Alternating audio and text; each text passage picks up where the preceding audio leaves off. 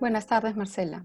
Con relación al tema de las mujeres y niñas desaparecidas durante el 2020, queremos hacerte una consulta. De acuerdo a las cifras dadas por la Defensoría del Pueblo, aproximadamente cada 2 horas desaparece una mujer en el país. En el estudio que hicieron entre enero y junio del 2020, desaparecieron aproximadamente 2.457 mujeres. La mitad de ellas o más eran niñas. Esta alarmante cifra fue dada a conocer por la Defensoría del Pueblo en base a este análisis, y de este análisis determinaron que durante la cuarentena las cifras siguieron en aumento, ¿no? Llegando al número de 1.100 reportadas como inubicadas solamente durante la cuarentena general. Y esto genera mucha inquietud porque durante la cuarentena no habían vuelos, no habían vías de transporte. ¿Cómo así desaparecieron tantas niñas, adolescentes, mujeres en el país? Queremos consultarte qué es lo que está ocurriendo y por qué tenemos tantas desaparecidas. La problemática de mujeres desaparecidas es una problemática efectivamente alarmante. En primer lugar, lo que hay que tener claro es que casi en todos los casos de una mujer o una niña desaparecida hay una situación de violencia de género detrás de ella. Las circunstancias pueden ser diversas. Puede ser que la desaparición sea porque hay una amenaza de violencia o ha habido una situación de violencia y la mujer o la niña huyen del marco familiar, digamos. Otra situación es la posibilidad de que haya un feminicidio y se haya escondido el cadáver. Y una tercera posibilidad es que haya sido captada esta persona en una red de trata. Cualquiera de estas situaciones encuadra en una situación de violencia de género claramente. Y entonces, una de las cosas que desde el mecanismo de seguimiento de la Convención de Belén do Pará, en donde yo estoy participando ya hace varios años, hemos recomendado es que cuando haya una desaparición de una mujer o una niña, las alertas se den de manera inmediata, porque estamos normalmente frente a una situación de violencia. Hay algo ahí que está pasando que hace que la familia se preocupe por esta niña o adolescente. Ahora bien, el, el número alto en las circunstancias de la pandemia puede estar referido a situaciones de violencia familiar que ya sabemos que han estado muy presentes y que por lo tanto hay una circunstancia de huida de estas niñas o adolescentes o adultas a otros grupos familiares o redes de amistades, y justamente por las dificultades de salida y de movilidad, pues no se han logrado ubicar por lo menos la familia cercana. Esa es una posibilidad. Otra posibilidad siempre presente es la de los feminicidios que decíamos.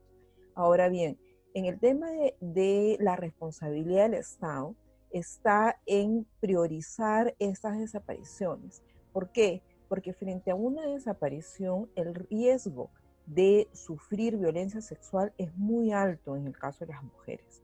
Nosotros ya, no solo en el Perú, sino en América Latina, tenemos mucha información que frente a una situación de ya sea huida de la casa o una situación de agresión, la posibilidad de violencia sexual es muy alta en el caso de las mujeres en general, especialmente de las niñas. Por eso es que la alerta debe ser muy temprana e inmediata. En el Perú, justo a comienzos de este año y antes de estas circunstancias, se aprobó un protocolo de trabajo conjunto entre varias instituciones, la policía, el Ministerio Público, el Ministerio de la Mujer.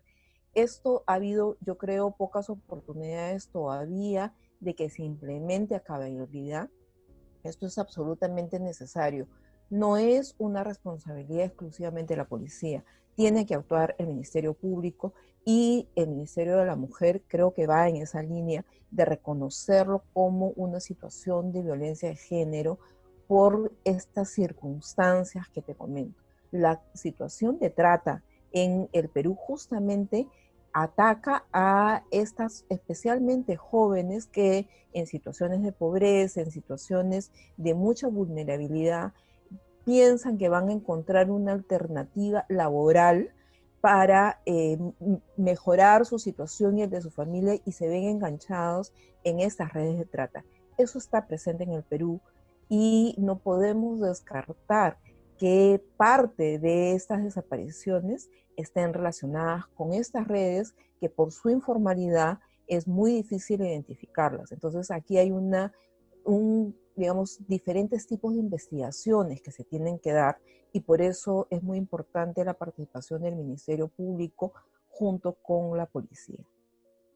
Muchas gracias, Marcela. Efectivamente, el número de niñas y adolescentes desaparecidas duplica el número de mujeres adultas.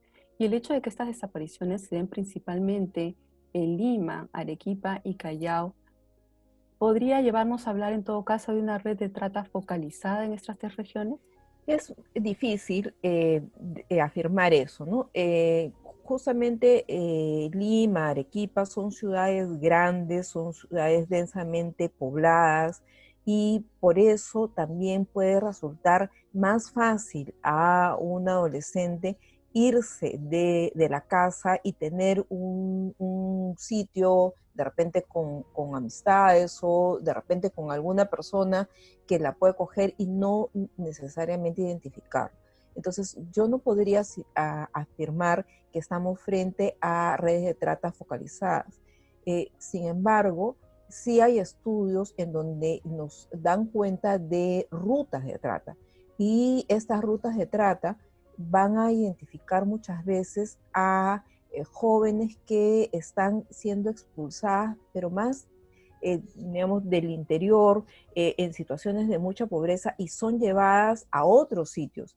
Pueden ser traídas a Lima, pueden ser traídas a ciudades para explotarlas sexualmente y romper su entorno directo, y de esta manera capturarlas en estas redes de trata. Es un tema complejo, no podemos descartar ninguna posibilidad, pero yo creo que el hecho de que haya, especialmente en Lima, Arequipa, tiene que ver con la densidad de estas ciudades, que no es fácil encontrar a alguien cuando no quiere ser encontrado. ¿Qué medidas efectivas se podrían tomar frente a esta situación? Porque las cifras siguen creciendo. ¿Qué se puede hacer para afrontarlo?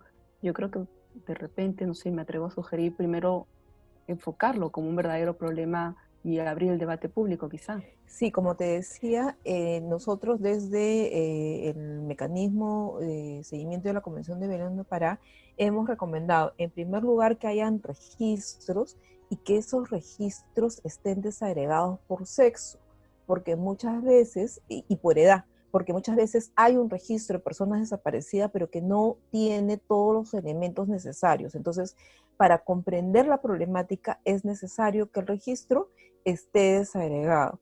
En segundo lugar, que se haga efectiva esta alerta temprana, porque esta alerta temprana hace que se busque, que se dé una notificación. Ahí ya está todo muy protocolizado.